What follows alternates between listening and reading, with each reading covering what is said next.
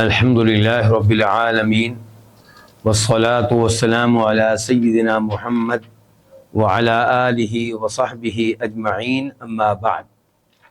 آج ہم ہیں عمدۃ الاحکام کے ساتھ، اور عمدۃ الاحکام کی اندرونی کتابوں میں سے ہم کتاب پڑھ رہے ہیں کتاب القضاء، یعنی کہ وہ احادیث جن کا تعلق فیصلہ کرنے سے ہے، قضاء سے ہے، جج اور قاضی کے امور سے ہے۔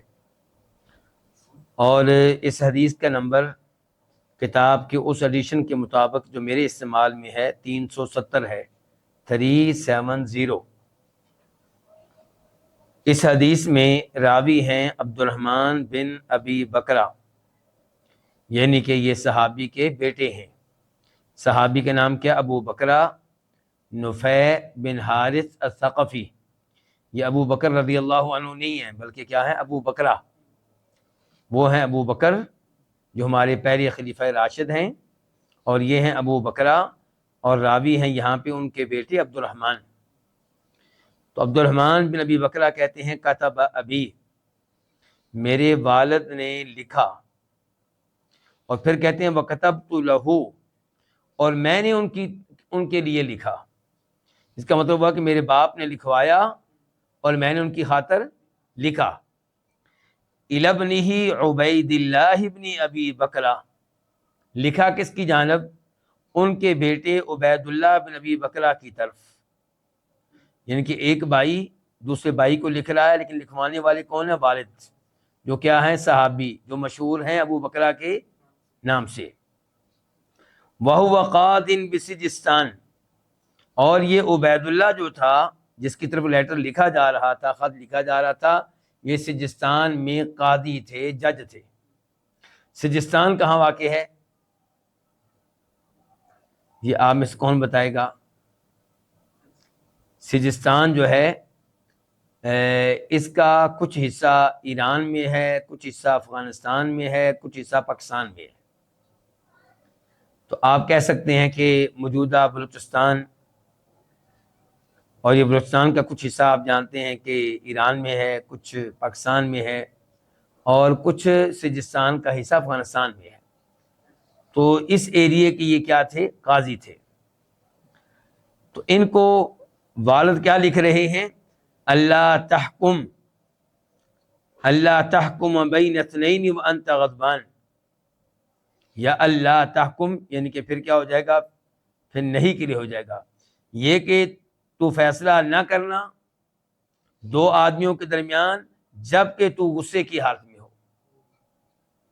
غصے کی حالت میں دو لوگوں کے مابین کوئی فیصلہ نہیں کرنا۔ فإنی سمعت رسول اللہ صلی اللہ علیہ وسلم یقول، کیونکہ میں نے نبی علیہ الصلوۃ والسلام سے سنا تھا کہ آپ فرما رہے تھے لا یحکم احد بین اثنین وہو غضبان، کوئی بھی دو آدمیوں کے مابین فیصلہ نہ کرے جب کہ وہ، یعنی کہ فیصلہ کرنے والا غصے کی حالت میں ہو۔ اس حدیث کو روایت کیا امام بخاری رحمہ اللہ نے، وہاں پہ نمبر ہے اس کا 7158، اور امام مسلم نے روایت کیا تو وہاں پہ نمبر ہے 1717، 1717۔ بخاری میں کیا ہے؟ 7158۔ وفی روایت، اور ایک روایت میں ہے، یہ کون کہہ رہے ہیں؟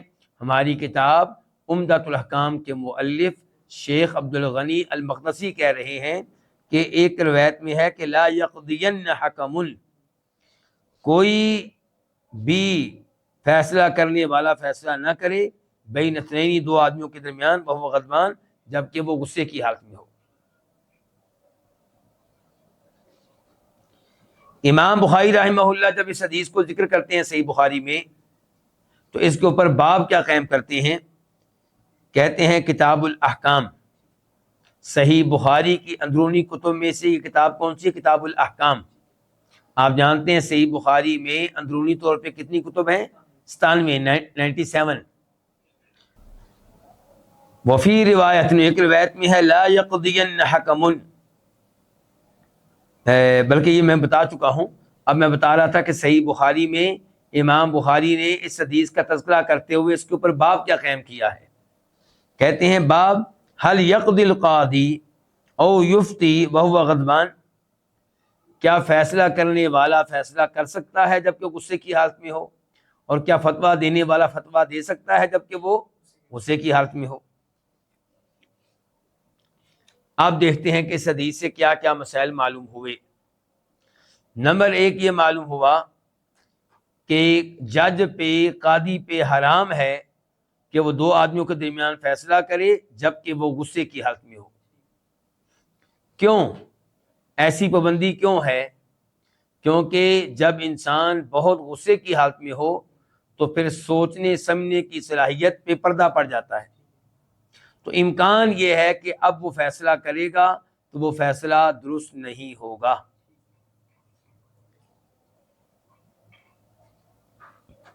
کئی علماء کرام نے لکھا ہے کہ اہل علم میں اس مسئلے میں کوئی اختلاف نہیں ہے۔ کس مسئلے میں؟ کہ جج جب شدید غصے کی حالت میں ہو تو فیصلہ نہ کرے۔ اس حدیث کے تعلق سے دوسری گزارش یہ ہے کہ آپ نے منع کیوں کیا؟ اس ممانعت کی وجہ کیا ہے؟ علت کیا ہے؟ سبب کیا ہے؟ تو علت یہی ہے کہ جب غصے کی حالت میں ہوگا تو پھر اس کے سوچنے سمجھنے کی صلاحیت کم ہو جائے گی یا ختم ہو جائے گی، تو اس کے لیے اچھے طریقے سے سوچ و بچار کرنا مشکل ہو جائے گا، اور خطرہ یہ ہے کہ فیصلہ دے گا تو غلط دے گا۔ اس حدیث کے تعلق سے تیسرا مسئلہ یہ ہے کہ جب نبی علیہ الصلوۃ والسلام نے شدید غصے کی حالت میں فیصلہ کرنے سے روک دیا ہے، وجہ یہ ہے کہ وہ سوچنے سمجھنے کی صلاحیت سے اس وقت محروم ہے، یا کم از کم سوچنے سمجھنے کی صلاحیت اس کی کم ہو چکی ہے، تو خطرہ یہ ہے کہ فیصلہ وہ غلط دے گا۔ تو جو اس سے ملتی جلتی حالتیں ہیں، غصے سے ملتی جلتی حالتیں، ان حالات میں بھی فیصلہ دینے سے جج کو گریز کرنا چاہیے۔ مثال کے طور پہ جب اس کو شدید بھوک لگی ہے تو اس صورتحال میں فیصلہ نہ دے، کیونکہ اس کی توجہ مکمل طور پہ فریقین کی گفتگو کی طرف نہیں ہے۔ ایسے ہی جس نے بہت زیادہ کھانا کھا لیا ہے اور کھانا کھانے کی وجہ سے اس کی توجہ اپنے پیٹ کی طرف ہے، مشکل میں بیٹھا ہوا ہے، تو وہ بھی اس حالت میں فیصلہ دینے سے گریز کرے۔ ایسے ہی وہ آدمی جو کسی ایسی بیماری میں ہے جس کی وجہ سے اسے تکلیف ہو رہی ہے، حالت تکلیف میں ہے تو اس کی توجہ تکلیف کی طرف ہوگی، ان 2 لوگوں کی طرف اس کی توجہ اتنی نہیں ہوگی جتنی ہونی چاہیے جو اپنا جھگڑا لے کر آئے ہیں۔ ایسے ہی اگر اس کو کوئی ڈر ہے، خوف ہے، تو تب بھی وہ فیصلہ نہ دے، کیونکہ اب بھی اس کی زیادہ توجہ اس خوف کی طرف ہوگی، اس چیز کی طرف ہوگی جس سے وہ ڈر رہا ہے۔ ایسے ہی اگر شدید سردی ہے یا شدید گرمی ہے یا اسے قضائے حاجت کی شدت سے ضرورت محسوس ہو رہی ہے، ان تمام حالات میں اسے فیصلہ دینے سے گریز کرنا چاہیے۔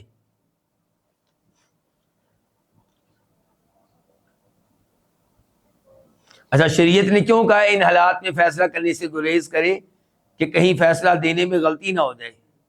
تو کیا بنے گا ان ججوں کا، ان قاضیوں کا جو غلط فیصلہ دینے کے لیے باقاعدہ پیسہ لیتے ہیں، رشوت لیتے ہیں، ان کا کیا بنے گا؟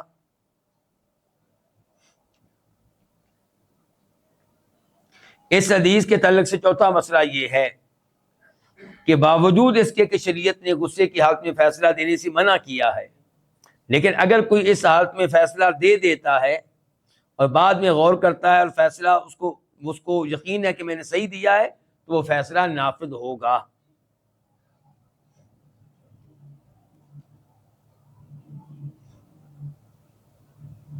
اس حدیث میں آپ علیہ السلام نے وہ تعلیمات دی ہیں جن پہ عمل کرنے میں مسلمانوں کا فائدہ ہے، حکمرانوں کا فائدہ ہے، ججوں کا فائدہ ہے، قاضیوں کا فائدہ ہے۔ اب ہم بڑھتے ہیں اس حدیث کی طرف جو اس کے بعد ہے، اس کا نمبر ہے 371 371۔ راوی ہیں ابو بکرہ رضی اللہ عنہ. پچھلی حدیث میں بھی بنیادی راوی کون ہے؟ یہی ابو بکرہ ہیں. جنہوں نے اللہ کے نبی علیہ السلام سے حدیث سنی ہے وہ کون ہے؟ ابو بکرہ. کہتے ہیں کہ قال رسول اللہ صلی اللہ علیہ وسلم، فرمایا نبی علیہ الصلوۃ والسلام نے، الا انبئکم باکبر الکبائر، کیا میں تمہیں کبیرہ گناہوں میں سے جو بڑے بڑے گناہ ہیں ان کے بارے میں نہ بتاؤں؟ یعنی کہ کچھ گناہ ہیں صغیرہ، کچھ ہیں کبیرہ. پھر کبیرہ گناہ بھی ایک درجے کے نہیں ہیں. کبیرہ گناہوں میں کچھ بہت بڑے گناہ ہیں. تو کیا میں تمہیں کبیرہ گناہوں میں سے بڑے گناہوں کے بارے میں نہ بتاؤں؟ یہ الفاظ آپ نے کہے ثلاثاً، کتنی بار؟ 3 بار. قلنا، ہم نے کہا، بلا یا رسول اللہ، کیوں نہیں اللہ کے رسول، آپ بتائیے. قال، تو آپ نے کہا، الاشراک باللہ، پہلے نمبر پہ کیا؟ اللہ تعالیٰ کے ساتھ کسی دوسری کی چیز کو، کسی دوسرے شخص کو کیا کرنا؟ شریک کرنا. نمبر 2، وعقوق الوالدین، والدین کو ستانا، تنگ کرنا، پریشان کرنا. وکان متقیاً، صحابی کہتے ہیں کہ آپ علیہ الصلوۃ والسلام ٹیک لگائے ہوئے تھے. صحابی کے نام کیا؟ ابو بکرہ. فجالسا، تو آپ سیدھے ہو کے بیٹھ گئے.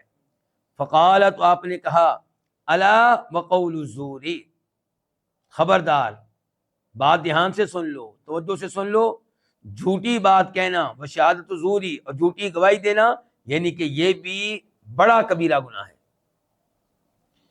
فما زال یکررها، آپ ان الفاظ کو مسلسل دہراتے رہے. کون سے الفاظ؟ کہ جھوٹی بات کہنا، جھوٹی گواہی دینا یہ کبیرہ گناہ نہیں بلکہ کبیرہ گناہوں میں سے بھی بڑا گناہ ہے. آپ دہراتے رہے، حتیٰ قلنا، یہاں تک کہ ہم نے کہا، لیتہ سکت، کاش کہ آپ خاموش ہو جائیں. اس حدیث کو امام بخاری نے صحیح بخاری میں کئی بار روایت کیا. مثال کے طور پہ پہلی بار روایت کیا تو اس کا نمبر ہے بخاری شریف میں 2654، 2654. اور یہ کتاب ہے صحیح بخاری کی اندرونی کتابوں میں سے ہے، کتاب الشہادات، گواہیوں کے بارے میں کتاب، یعنی کہ وہ کتاب جس میں امام بخاری وہ حدیث لے کر آئے ہیں جن کا تعلق ہے گواہی دینے دلانے سے. اور اس کے اوپر امام بخاری نے عنوان کیا قائم کیا ہے کہ باب ما قیل فی شہادت الزوری، باب اس کے بارے میں جو کچھ کہا گیا ہے جھوٹی شہادت دینے کے بارے میں، جھوٹی شہادت دینے کے بارے میں جو کچھ احادیث میں آیا ہے اس کا تذکرہ.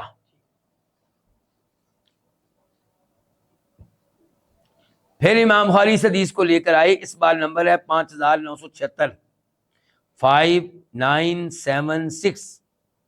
اور اس بار کتاب ہے کتاب الادب. صحیح بخاری کی اندرونی کتابوں میں سے کون سی کتاب ہے؟ کتاب الادب، آداب کے بارے میں کتاب. اور باب کیا اس کے اوپر؟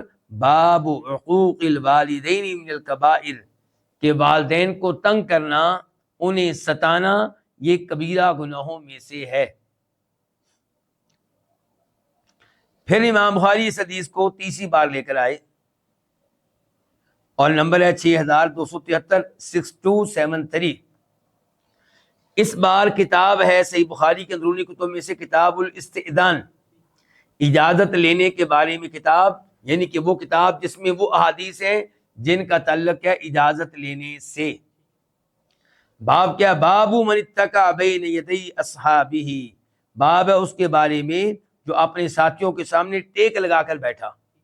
اس حدیث میں آیا نا کہ اللہ کے نبی علیہ السلام ٹیک لگا کر بیٹھے ہوئے تھے. اور تیسرا کبیرہ گناہ، بلکہ کبیرہ گناہوں میں سے بھی بڑا گناہ ذکر کرتے ہوئے آپ سیدھے ہو کر بیٹھ گئے. تو پہلے ٹیک لگا کر بیٹھے ہوئے تھے. معلوم ہوا کہ لوگوں کے درمیان، اپنے ساتھیوں کے مابین آپ ٹیک لگا کر بیٹھ سکتے ہیں.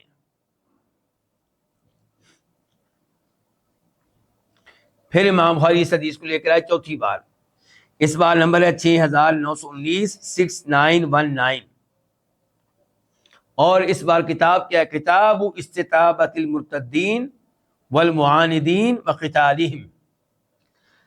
باب ہے اس بارے میں کہ جو مرتد ہو جائے، دین اسلام چھوڑ دے، حکومت اس کو گرفتار کرے گی، فوری قتل نہیں کرے گی بلکہ توبہ کا موقع دے گی، اس سے توبہ کا کہا جائے گا کہ توبہ کر لو، دوبارہ دین اسلام میں واپس آ جاؤ، اور اسی طرح جو مخالفت کرنے والے ہیں، اناد رکھنے والے ہیں، ان سے بھی توبہ کا مطالبہ کیا جائے گا۔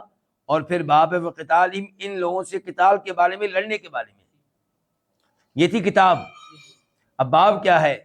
باب اثم من اشرک باللہ، باب ہے اس آدمی کے گناہ کے بارے میں جو اللہ کے ساتھ اوروں کو شریک کرے، اور باب ہے وعقوبتی فی دنیا والآخرہ، اس کی اصلاح کے بارے میں جو اسے دنیا میں ملے گی اور آخرت میں ملے گی، کس کو؟ شرک کرنے والے کو۔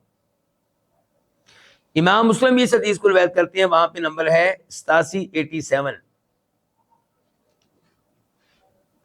آئیے اب دیکھتے ہیں اس حدیث سے کیا کیا مسائل معلوم ہوئے، اس حدیث کا کن کن مسائل سے تعلق بنتا ہے۔ پہلے نمبر پہ یہ پتا چلا اس حدیث سے کہ کچھ گناہ کبیرہ ہوتے ہیں، کچھ صغیرہ۔ کچھ لوگ کہتے ہیں کہ کوئی گناہ صغیرہ نہیں ہوتا، سارے گناہ ہی کبیرہ ہیں، کیونکہ آپ جب گناہ کرتے ہیں آپ کس کی نافرمانی کرتے ہیں؟ اللہ کی۔ تو یہ کیسے ممکن ہے کہ اللہ کا کوئی حکم ایسا ہو کہ ہم کہیں اس کو اگر نہیں مانیں گے تو آپ صغیرہ گناہ کریں گے، کبیرہ نہیں کریں گے؟ اللہ تو بڑا عظیم ہے، اس کا جو بھی حکم آپ ریجیکٹ کریں گے اور ریجیکٹ کرنا کبیرہ گناہ ہوگا۔ یہ رائے ہے کئی علماء کرام کی، جبکہ درست رائے یہ ہے کہ بالکل کئی گناہ صغیرہ ہوتے ہیں، کئی کبیرہ ہوتے ہیں۔ اس کی دلیل کیا ہے کہ کئی گناہ صغیرہ ہوتے ہیں، کئی کبیرہ ہوتے ہیں؟ پہلی دلیل سورہ نساء آیت نمبر 31 اللہ تعالیٰ فرماتے ہیں ان تجتنبوا کبائر ما تنہون عنہ نکفر عنکم سیئاتکم، اگر تم لوگ ان کبیرہ گناہوں سے اجتناب کرو، ان کبیرہ گناہوں سے دور رہو جن سے تمہیں منع کیا جاتا ہے، تو ہم تمہاری غلطیاں، چھوٹی غلطیاں ویسے ہی مٹا دیں گے۔ تو پتہ چلا کچھ گناہ کیا ہوتے ہیں؟ کبیرہ، اور کچھ کیا ہوتے ہیں؟ صغیرہ۔ پھر ایک اور حدیث پہ غور کریں، مسلم شریف کی حدیث ہے، نمبر ہے 233 فرماتے ہیں نبی علیہ الصلوۃ والسلام الصلوات الخمس والجمعۃ الی الجمعۃ ورمضان الی رمضان مکفرات ما بینہن اذا اجتنب الکبائر، کہ جب انسان 5 وقت کی نمازیں پڑھے، ایک نماز کے بعد دوسری نماز، دوسری کے بعد تیسری، اور ایک جمعہ کے بعد دوسرا جمعہ بھی ادا کرے، اور ایک رمضان میں روزے رکھنے کے بعد دوسرے رمضان میں بھی روزے رکھے، تو ان 3 اعمال سے اللہ تعالیٰ ان گناہوں کو مٹا دیتے ہیں جو ان کے بیچ میں واقع ہوتے ہیں۔ یعنی کہ ایک رمضان کے بعد دوسرا رمضان، تو بیچ میں کتنے مہینے ملے؟ 11۔ ان 11 مہینوں میں جو چھوٹے چھوٹے گناہ ہوں گے وہ اللہ تعالیٰ ختم کر دے گا، مٹا دے گا، جب آپ کبیرہ گناہوں سے بچ کر رہے ہیں۔ ایسے ہی ایک جمعہ کے بعد دوسرے جمعے میں آپ حاضر ہوں گے، تو بیچ کے جو ایام ہیں 6، ان ایام میں جو آپ سے گناہ ہوں گے وہ ختم ہو جائیں گے۔ شرط یہ ہے کہ آپ کبیرہ گناہوں سے بچ کر رہے ہیں۔ اللہ کے نبی صلی اللہ علیہ وسلم کہہ رہے ہیں شرط یہ ہے کہ کبیرہ گناہوں سے بچیں۔ اس کا مطلب ہے کہ کچھ گناہ کبیرہ صغیرہ ہیں۔ اچھا، اب دوسرا مسئلہ اس حدیث کے تعلق سے ہمارا یہ ہے کہ ہم کیسے پہچانیں گے کہ یہ گناہ صغیرہ ہے اور یہ کبیرہ ہے؟ اس کے لیے ہمارے پاس کوئی اصول ہونا چاہیے، کوئی ضابطہ ہونا چاہیے۔ تو اس معاملے میں بہترین ضابطہ وہ ہے جو ذکر کیا ہے شیخ الاسلام ابن تیمیہ رحمہ اللہ نے۔ وہ کہتے ہیں کبیرہ گناہ وہ ہے جس گناہ کے بارے میں یہ کہا جائے کہ جو یہ گناہ کرے گا اس کے اوپر دنیا میں حد قائم کی جائے۔ مثال کے طور پہ چوری کریں گے تو شریعت نے کیا کہا ہے؟ چوری کرنے والے کا ہاتھ کاٹا جائے گا۔ اس کا مطلب یہ ہے کہ یہ گناہ کبیرہ گناہ ہے۔ ایسے ہی اگر کوئی ایسا آدمی ہے جس کی شادی نہیں ہوئی، وہ بدکاری کا ارتکاب کرتا ہے، تو سزا یہ ہے کہ اس کو 100 کوڑے مارے جائیں، یہ حد ہے۔ اس کا مطلب یہ ہے کہ زنا کرنا، بدکاری کرنا، یہ کون سا گناہ ہے؟ کبیرہ گناہ ہے۔ یہ کبیرہ گناہ کی تعریف کون کر رہے ہیں؟ ابن تیمیہ۔ ابھی تعریف آگے چلے گی۔ فی الحال انہوں نے کہا ہے کہ کبیرہ گناہ وہ ہوا جس کے بارے میں شریعت نے کہا ہے کہ جو اس کا ارتکاب کرے گا اس کے اوپر دنیا میں حد قائم کی جائے۔ او وعید فی الآخرہ، یا جس کے بارے میں وارننگ دی گئی ہے آخرت کے عذاب کی، وارننگ دی گئی ہے آخرت کے عذاب کی. مثال کے طور پہ سود ہے، جو سود لے گا اللہ تعالیٰ فرماتے ہیں فَأُولَٰئِكَ أَصْحَابُ النَّارِ هُمْ فِيهَا خَالِدُونَ، سود لینے والا جہنم میں جائے گا اور جہنم میں ہمیشہ ہمیشہ رہے گا. جو جان بوجھ کے قتل کرے اس کے بارے میں اللہ نے کہا وَمَن يَقْتُلْ مُؤْمِنًا مُتَعَمِّدًا فَجَزَاؤُهُ جَهَنَّمُ خَالِدًا فِيهَا وَغَضِبَ اللَّهُ عَلَيْهِ وَلَعَنَهُ وَأَعَدَّ لَهُ عَذَابًا عَظِيمًا، کہ جو کسی مومن کو جان بوجھ کر قتل کرے اس کی جزا کیا ہے؟ جہنم. تو بتایا جا رہا آخرت میں سزا کیا ملے گی؟ جہنم. تو یہ تو اس لحاظ سے کبیرہ گناہ ہوا. آگے دیکھیں خالدًا فیہا وغضب اللہ علیہ، اور اللہ کا اس کے اوپر غضب نازل ہوا جو جان بوجھ کے مومن کو قتل کرے. یہ دوسری وجہ ہے اس کے کبیرہ گناہ ہونے کی. وَلَعَنَہُ، اور اس کے اوپر اللہ کی لعنتیں برسیں گی. یہ تیسری وجہ ہے مسلمان کو جان بوجھ کر قتل کریں گے تو یہ کبیرہ گناہ ہے. وَأَعَدَّ لَهُ عَذَابًا عَظِيمًا. تو ابن تیمیہ کہہ رہے ہیں کہ جس گناہ کی وجہ سے شریعت کہے کہ دنیا میں حد قائم ہوگی، کبیرہ گناہ، جس کے بارے میں شریعت کہے کہ جو گناہ کریں گے آخرت میں یہ سزا ملے گی، وہ بھی کبیرہ گناہ، اور جس گناہ کے بارے میں یہ آئے کہ اس کی وجہ سے رب کی لعنتیں نازل ہوتی ہیں تو یہ بھی کبیرہ گناہ ہے. اس کی مثال کیا ہے؟ اس کی مثال پہلے نمبر پہ ابن ماجہ کی حدیث ہے، نمبر ہے 1935 1935. فرماتے ہیں نبی علیہ الصلوۃ والسلام لعن اللہ المحلل والمحلل لہ، اللہ کی لعنت ہو اس آدمی پہ جو اس لڑکی سے عارضی نکاح کرتا ہے جس کو 3 طلاقیں ہو گئی ہیں. عارضی نکاح کرتا ہے تاکہ وہ پہلے خامند کے لیے کیا ہو جائے؟ حلال ہو جائے. اور اس مرد پہ بھی اللہ کی لعنت ہو جو یہ حلالہ کروا رہا ہے، جس نے کسی آدمی سے رابطہ قائم کیا ہے کہ تم فلاں لڑکی جس کو میں 3 طلاقیں دے چکا ہوں اس سے عارضی نکاح کر لو، 1 دن کے بعد، ہفتے کے بعد تم اس کو طلاق دے دینا، پھر میرے لیے حلال ہو جائے گی. تو اس کے بارے میں اللہ کے نبی کیا فرما رہے ہیں علیہ السلام کہ ایسے آدمی پہ اللہ کی لعنتیں نازل ہوتی ہیں. پتہ چلا یہ کون سا گناہ ہے؟ پھر کبیرہ گناہ. اصل میں ہوا یہ کہ اللہ نے قرآن میں کہا ہے سورہ بقرہ میں کہ فَإِن طَلَّقَهَا فَلَا تَحِلُّ لَهُ مِن بَعْدُ حَتَّى تَنكِحَ زَوْجًا غَيْرَهُ، اگر کوئی اپنی بیوی کو آخری اور تیسری طلاق بھی دے دے تو اب یہ اس کے لیے حلال نہیں ہے. ہاں اگر یہ لڑکی کسی اور جگہ نکاح کرے تو شریعت کا نکاح سے مراد شرعی نکاح ہے کہ یہ عارضی نکاح ہے؟ شریعت کی اس سے مراد تھی شرعی نکاح جو ہمیشہ ہمیشہ کے لیے کیا جاتا ہے، یعنی کہ میاں بیوی آپس میں اصل میں وہ نکاح کرتے ہیں ہمیشہ کے لیے.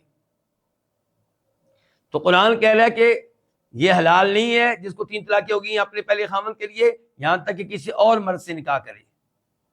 تو اگر وہ مرد طلاق دے دے تو اب یہ پہلے خامند کے لیے حلال ہے، وہ اس سے اب دوبارہ نکاح کر سکتا ہے. لیکن اس کا مطلب یہ نہیں تھا کہ آپ ہیلے کریں اور عارضی نکاح کریں، پلاننگ کر کے عارضی نکاح، یہ اس کا مقصد نہیں تھا. اس کا مقصد یہ تھا شرعی نکاح کرے لڑکی کسی اور جگہ، لیکن بعد میں وہاں نباہ نہیں ہو سکا، اس لڑکے کو یہ لڑکی پسند نہیں آئی، وہ طلاق دینے پہ مجبور ہو گیا یا وہ فوت ہو گیا، تو اب یہ لڑکی پہلے خامند کے لیے حلال ہے، ان کے اس سے وہ دوبارہ نکاح کر سکتا ہے. شریعت کا مطلب یہ تھا، لیکن لوگوں نے اس میں ہیلے نکال دیے. پلاننگ کی جا رہی ہے 1 رات کے لیے آپ میری اس لڑکی سے نکاح کریں جس کو میں نے 3 طلاقیں دی ہیں.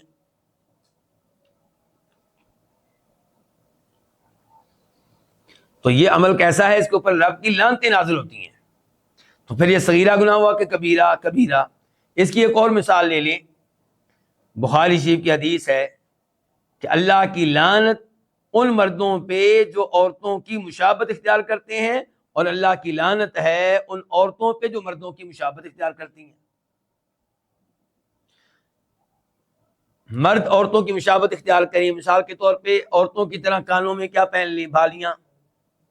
عورتوں کی طرح ناک میں کیا پہن لیں؟ کوکا کہہ لیں آپ یا نتھ کہہ لیں.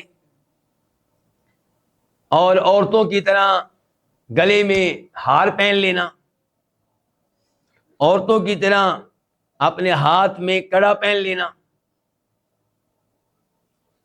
تو یہ مردوں کا عورتوں کی مشابہت اختیار کرنا ہے۔ ایسی عورتیں مردوں کی اگر مشابہت کرتی ہیں، ایسا لباس پہنتی ہیں جس لباس کو دیکھ کر لوگوں کے ذہن میں آتا ہے کہ بھئی اس نے تو مردوں والا لباس پہنا ہوا ہے،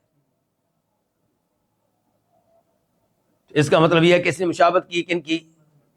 یا بال اپنے چھوٹے اتنے کروا لے جتنے مردوں کے ہوتے ہیں چھوٹے، تو اس قسم کی حرکت کرے گی، مردوں کی مشابہت اختیار کرے گی، تو ایسی عورت کے اوپر بھی اللہ کی لعنت نازل ہوتی ہے۔ اس کا مطلب ہے کہ کون سا گناہ ہوا؟ یہ کبیرہ گناہ۔ ابن تیمیہ کہہ رہے ہیں چوتھے نمبر پہ وہ بھی کبیرہ گناہ ہے جس کے بارے میں قرآن و حدیث میں آ گیا کہ جو یہ گناہ کرے گا اس کے اوپر رب کا غضب نازل ہوتا ہے، غصہ نازل ہوتا ہے۔ اس کی ایک مثال گزر چکی ہے، جان بوجھ کر کسی مومن کو قتل کرنا۔ یہ اتنا بڑا جرم ہے کہ جو یہ جرم کرے گا اس کے اوپر رب ناراض ہے۔ لیکن آپ اس کے علاوہ مثال لے لیں، حدیث لے لیں، ترمذی شریف کی حدیث ہے 1900 فرماتے ہیں نبی علیہ الصلوۃ والسلام، رضا الرب فی رضا الوالد، رب کی رضا میں والد کی رضا ہے، بلکہ رب کی رضا والد کی رضا میں ہے، یعنی کہ والد اگر آپ پہ راضی ہے تو رب بھی راضی ہے۔ وسخط الرب فی سخط الوالد، اور رب کی ناراضگی میں اور والد کی ناراضگی میں رب کی ناراضگی ہے، یہ کہ جس پہ اس کا والد ناراض ہے سمجھ لے کہ اس کا رب بھی اس کے اوپر ناراض ہے۔ تو پتہ چلا کہ والد کو ناراض کرنا پھر کون سا گناہ ہوا؟ کبیرہ گناہ ہوا۔ ابن تیمیہ کہتے ہیں ایسے ہی وہ گناہ جس کے بارے میں یہ آئے کہ جو یہ گناہ کرے گا وہ مومن نہیں ہے۔ کون سا گناہ جس کے بارے میں آیا حدیث میں کہ وہ مومن نہیں ہے؟ مثال کے طور پہ واللہ لا یؤمن، واللہ لا یؤمن کون؟ اللہ کی قسم وہ مومن نہیں ہو سکتا، مومن نہیں ہو سکتا جس کا پڑوسی اس کی طرف سے پہنچنے والی تکلیفوں سے محفوظ نہ ہو۔ تو پتہ چلا پڑوسی کو پریشان کرنا، تنگ کرنا پھر کون سا گناہ ہوا؟ کبیرہ گناہ ہوا، کیونکہ کہا جا رہا ہے کہ مومن نہیں جو ایسی حرکت کرے۔ اس کا مطلب ہے کہ کبیرہ گناہ کا ارتکاب کیا، چھوٹے گناہ کا ارتکاب نہیں کیا۔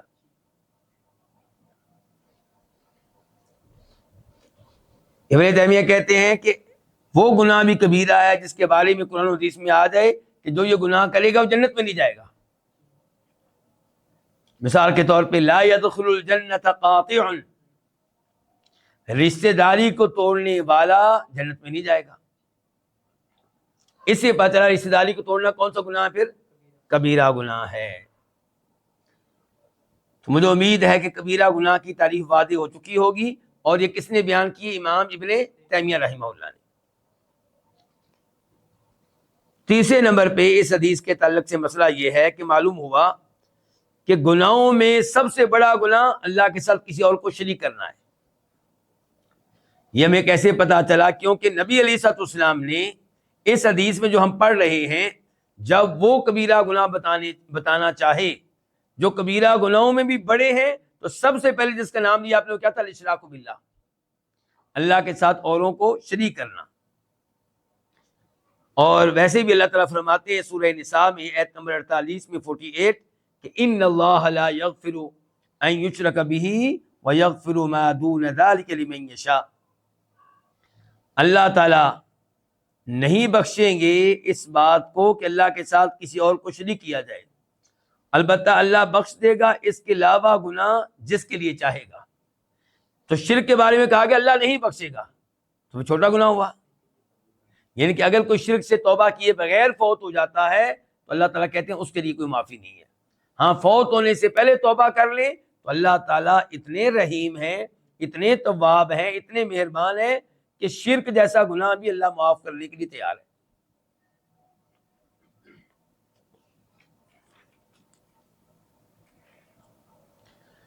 چوتھے نمبر پہ اس حدیث سے پتہ چلا کہ والدین کے حقوق کتنے عظیم ہیں، کیونکہ اللہ تعالیٰ نے والدین کا حق اپنے حق کے ساتھ ملا کر ذکر کیا قرآن کریم میں کئی مقام پہ۔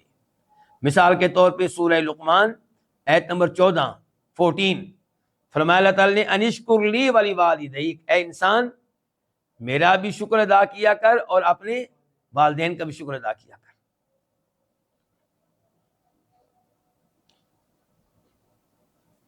تو اس سے آپ اندازہ لگا سکتے ہیں والدین کا حق کتنا عظیم ہے۔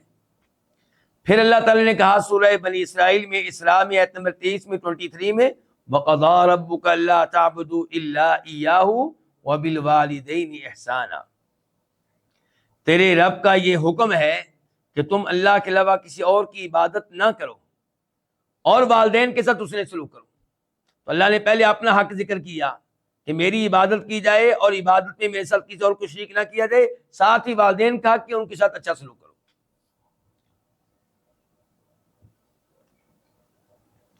5ویں نمبر پہ اس حدیث سے تعلق رکھنے والا مسئلہ یہ ہے کہ پتہ چلا کہ جھوٹی بات بیان کرنا، جھوٹی گواہی دینا بہت خطرناک ہے اور حرام ہے۔ نبی علیہ الصلوۃ والسلام نے جب کبیرہ گناہوں میں سے بڑے گناہ بتانا چاہے تو آپ نے شرک بتایا، دوسرے نمبر پہ یہ کہ والدین کو تنگ کرنا، ستانا، پریشان کرنا، پھر تیسرا گناہ بتایا کہ جھوٹی گواہی دینا۔ لیکن جھوٹی گواہی دینا یہ گناہ جب آپ ذکر کرنے لگے تو آپ سیدھے ہو کر بیٹھ کے ٹیک چھوڑ دی اور اس لفظ کو آپ دہراتے ہی چلے گئے، بار بار کہتے چلے گئے۔ تو اس سے آپ اندازہ لگا سکتے ہیں کہ جھوٹی گواہی دینا کتنا خطرناک ہے اور یہ کہ حرام ہے۔ یہ خطرناک اتنا کیوں ہے؟ کیونکہ اس کی وجہ سے بہت سی خرابیاں لازم آتی ہیں۔ آپ کی جھوٹی گواہی کی وجہ سے ممکن ہے کسی کا حق جو ہے وہ مارا جائے، اور بھی کئی خرابیاں لازم آتی ہیں۔ 6 نمبر پہ اس حدیث کے تعلق سے یہ مسئلہ ہے کہ آپ علیہ الصلوۃ والسلام نے جھوٹی گواہی کا اہتمام اس لیے بھی کیا کیونکہ لوگ عام طور پہ اس معاملے میں سستی کرتے ہیں۔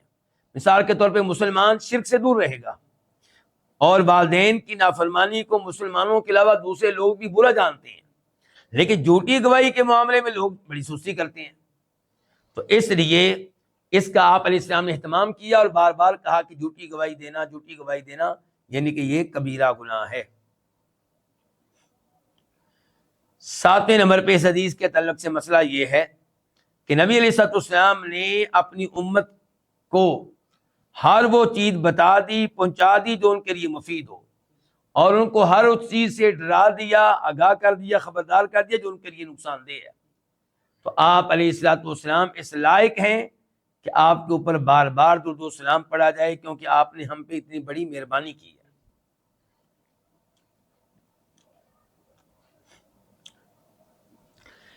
اس حدیث سے پتہ چلا کہ آپ علیہ الصلوۃ والسلام کتنے اچھے ٹیچر تھے، کتنے اچھے معلم تھے۔ آپ نے سوال و جواب کا انداز اختیار کیا۔ آپ نے کہا کیا تم جانتے ہو، کیا میں تم کو بتاؤں ان گناہوں کے بارے میں جو کبیرہ گناہوں میں بھی بڑے ہیں؟ تو ہم نے صحابہ کرام کے سامنے کہا کیوں نہیں، اللہ کے رسول بتائیے۔ تو آپ کا یہ انداز بتاتا ہے کہ آپ کتنے اچھے ٹیچر تھے، کتنے اچھے مدرس تھے۔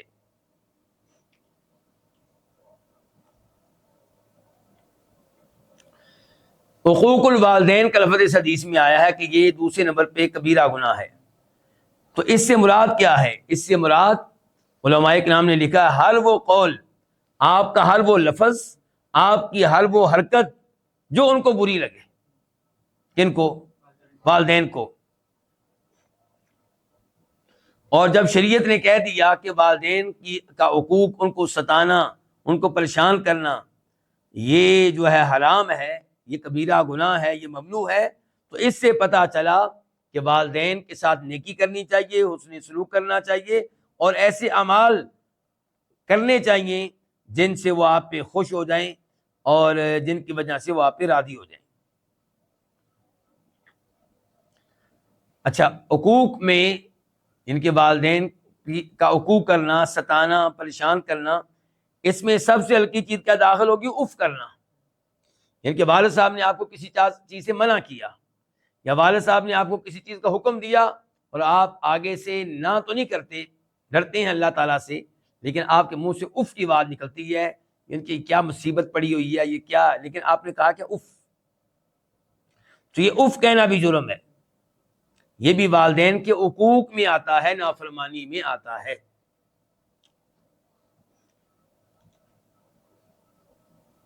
اب ہم منتقل ہوتے ہیں آج کے درس کی حدیث نمبر 372 کی طرف، 372۔ اس حدیث کے راوی ہیں عبداللہ بن عباس رضی اللہ عنہما۔ کون ہیں؟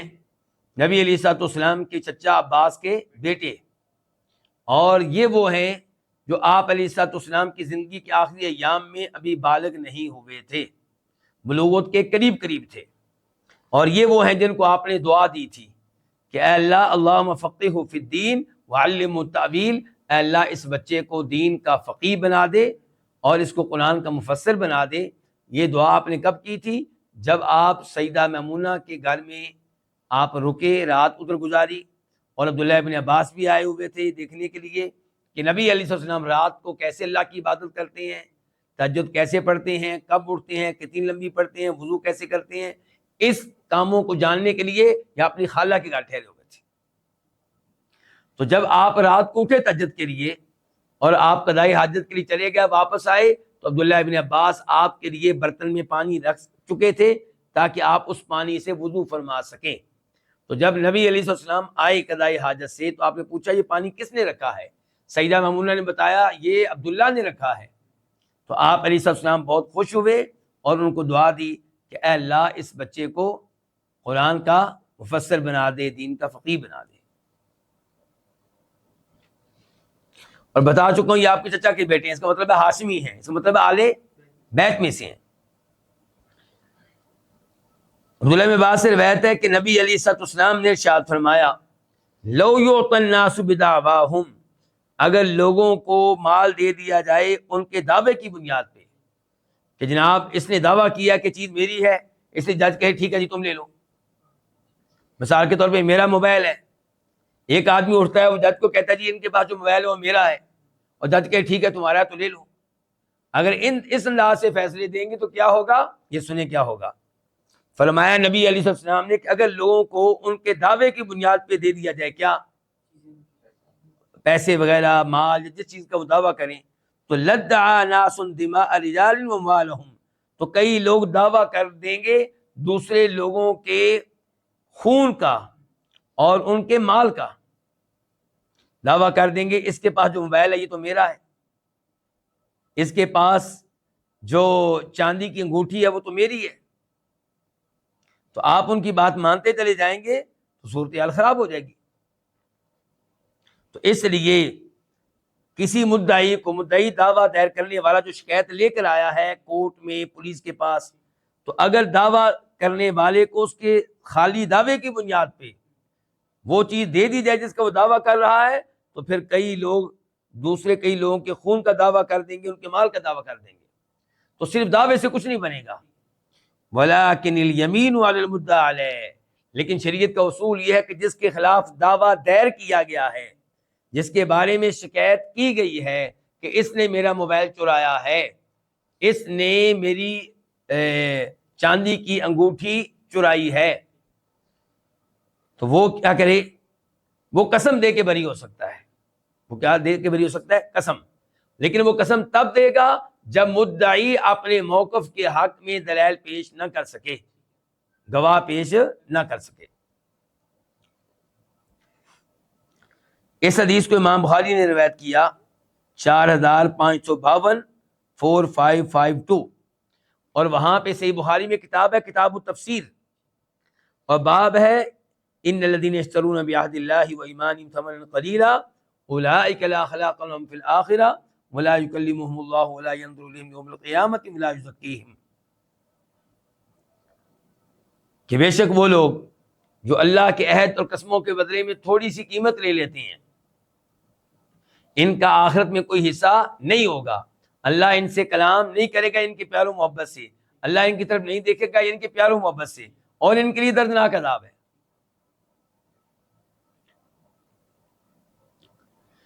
تو یہ ہے امام بخاری کا قائم کیا ہوا باب، اور مسلم میں اس حدیث کا نمبر ہے 1711 1711، اور اس حدیث کے پیچھے ایک واقعہ ہے اس حدیث کے پیچھے ایک قصہ ہے، یعنی کہ جب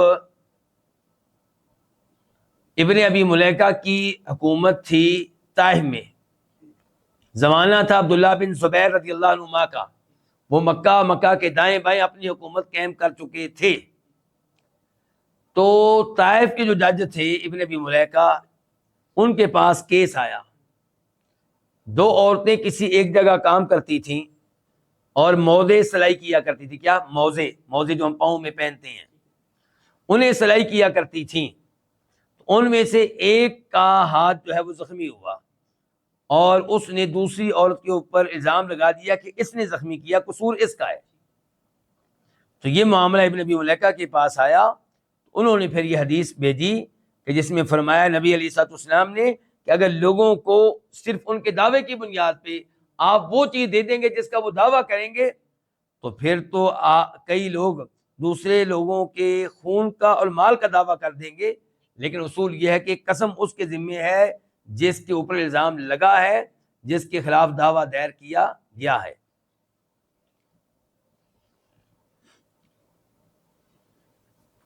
اب ہم دیکھتے ہیں اس حدیث سے کیا کیا مسائل معلوم ہو گئے۔ اس حدیث سے پتہ چلا کہ فیصلہ کرتے ہوئے جج کو چاہیے کہ شرعی احکام کی پیروی کرے، شرعی احکام کے مطابق وہ فیصلہ دے، اور اگر کوئی ایسا مدعی ہے، دعویٰ دائر کرنے والا ہے، جس کی سچائی کا جج کو پتہ ہے، جج کا غالب گمان یہ کہ سچا یہی ہے جو دعویٰ دائر کر رہا ہے، لیکن اس کے پاس ثبوت نہیں ہے، تو جج کو یہاں پہ اجازت نہیں ہے کہ اپنے علم کی بنیاد پہ ان لوگوں کے خلاف فیصلہ دے۔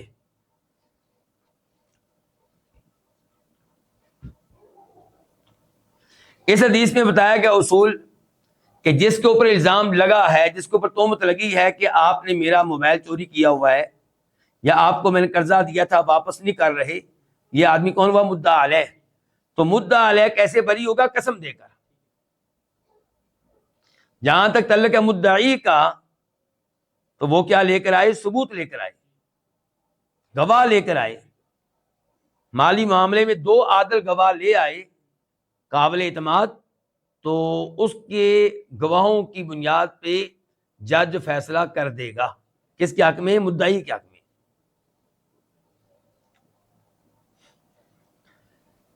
اس حدیث کے تعلق سے تیسرا مسئلہ یہ ہے کہ قسم جو ہے وہ مدعا علیہ کی جانب کیوں رکھی گئی ہے، وہ مدعی کی جانب کیوں نہیں رکھی گئی؟ یہ کیوں نہیں شریعت نے کہا کہ جو دعویٰ دائر کر رہا ہے، جو کہہ رہا ہے کہ اس کے پاس جو موبائل ہے یہ میرا ہے، شریعت نے اس کو کیوں نہیں کہا کہ ثبوت لے کر آؤ، گواہ لے کر آؤ، ورنہ قسم اٹھاؤ اور موبائل تمہیں دے دیں گے؟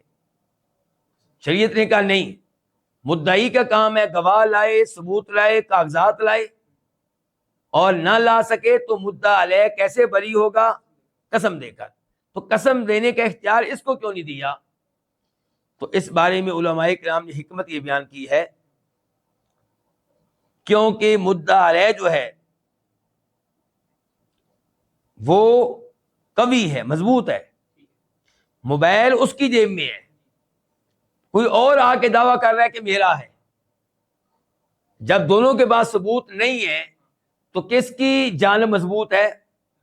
مدعا علیہ کی، کیونکہ موبائل اس کی جیب میں ہے، اس کی جیب میں اسی لیے ہے کیونکہ اس کا ہے، اور آپ دعویٰ دائر کر رہے ہیں کہ میری جیب میں جو موبائل آپ کا ہے، تو آپ کی جانب کمزور ہے، آپ کو ثبوت پیش کرنا ہوں گے، گواہ پیش کرنا ہوں گے۔ واضح ہو گیا؟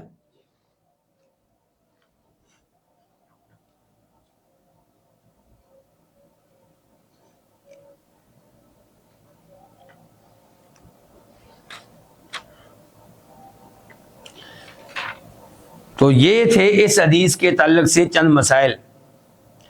یہیں پہ آج کے درس کا اختتام کرتے ہیں، اور آخر میں پھر بتا دوں کہ ترتیب کیا ہوگی۔ جج کے پاس کیس آیا، مدعی کہتا ہے کہ فلاں آدمی کے پاس جو موبائل ہے مثال کے طور پہ میرا ہے، فلاں آدمی جس گاڑی میں بیٹھا ہوا ہے، رہائش رکھے ہوئے، یہ گاڑی میرا ہے، وہ قبضہ کر کے بیٹھا ہوا ہے۔ اب ترتیب کیا ہوگی؟ جج صاحب سب سے پہلے مدعا علیہ سے پوچھیں گے کہ آپ کا کیا موقف ہے. ابھی قسم کا مطالبہ نہیں ہے. یہ دعویٰ کر رہا ہے کہ جس گھر میں آپ بیٹھے ہیں وہ گھر اس کا ہے، تو اگر وہ کہتا ہے واقعی اس کا ہے تو بات ختم. پھر مدعی سے یہ نہیں کہا جائے گا ثبوت لے کر آؤ. واضح ہے. اور اگر مدعا علیہ کہتا ہے نہیں جی گھر میرا ہے، میں اس میں رہتا ہوں، پورے محلے سے پوچھ لیں آپ، تو پھر مدعی سے کہا جائے گا تو کیسے دعویٰ کر رہا ہے کہ گھر تیرا، ثبوت لے کر آؤ، گواہ لے کر آؤ، کاغذات لے کر آؤ، ڈاکومنٹس لے کر آؤ. اور اگر وہ نہ لا سکے تو پھر مدعا علیہ سے کہا جائے گا کہ تم قسم اٹھا کر اس کیس سے باہر ہو سکتے ہو، اس کیس سے باہر نکل سکتے ہو. تو اگر وہ قسم اٹھا لے تو پھر وہ بری ہو جائے گا اور ہم اسے اس کے اوپر کوئی بوجھ نہیں ڈالیں گے. تو یہیں پہ آج کے درس کا اختتام کرتے ہیں. اگلی حدیث سے نئی کتاب شروع ہوگی، کتاب الاطعمہ. اللہ رب العزت سے دعا ہے کہ اللہ تعالی ہمیں نبی علیہ السلام کی احادیث توجہ سے پڑھنے کی توفیق عنایت فرمائے اور ان سے اپنے عقائد اور اپنے اعمال کی اصلاح کی توفیق فرمائے. وآخر دعوانا الحمدللہ رب العالمین.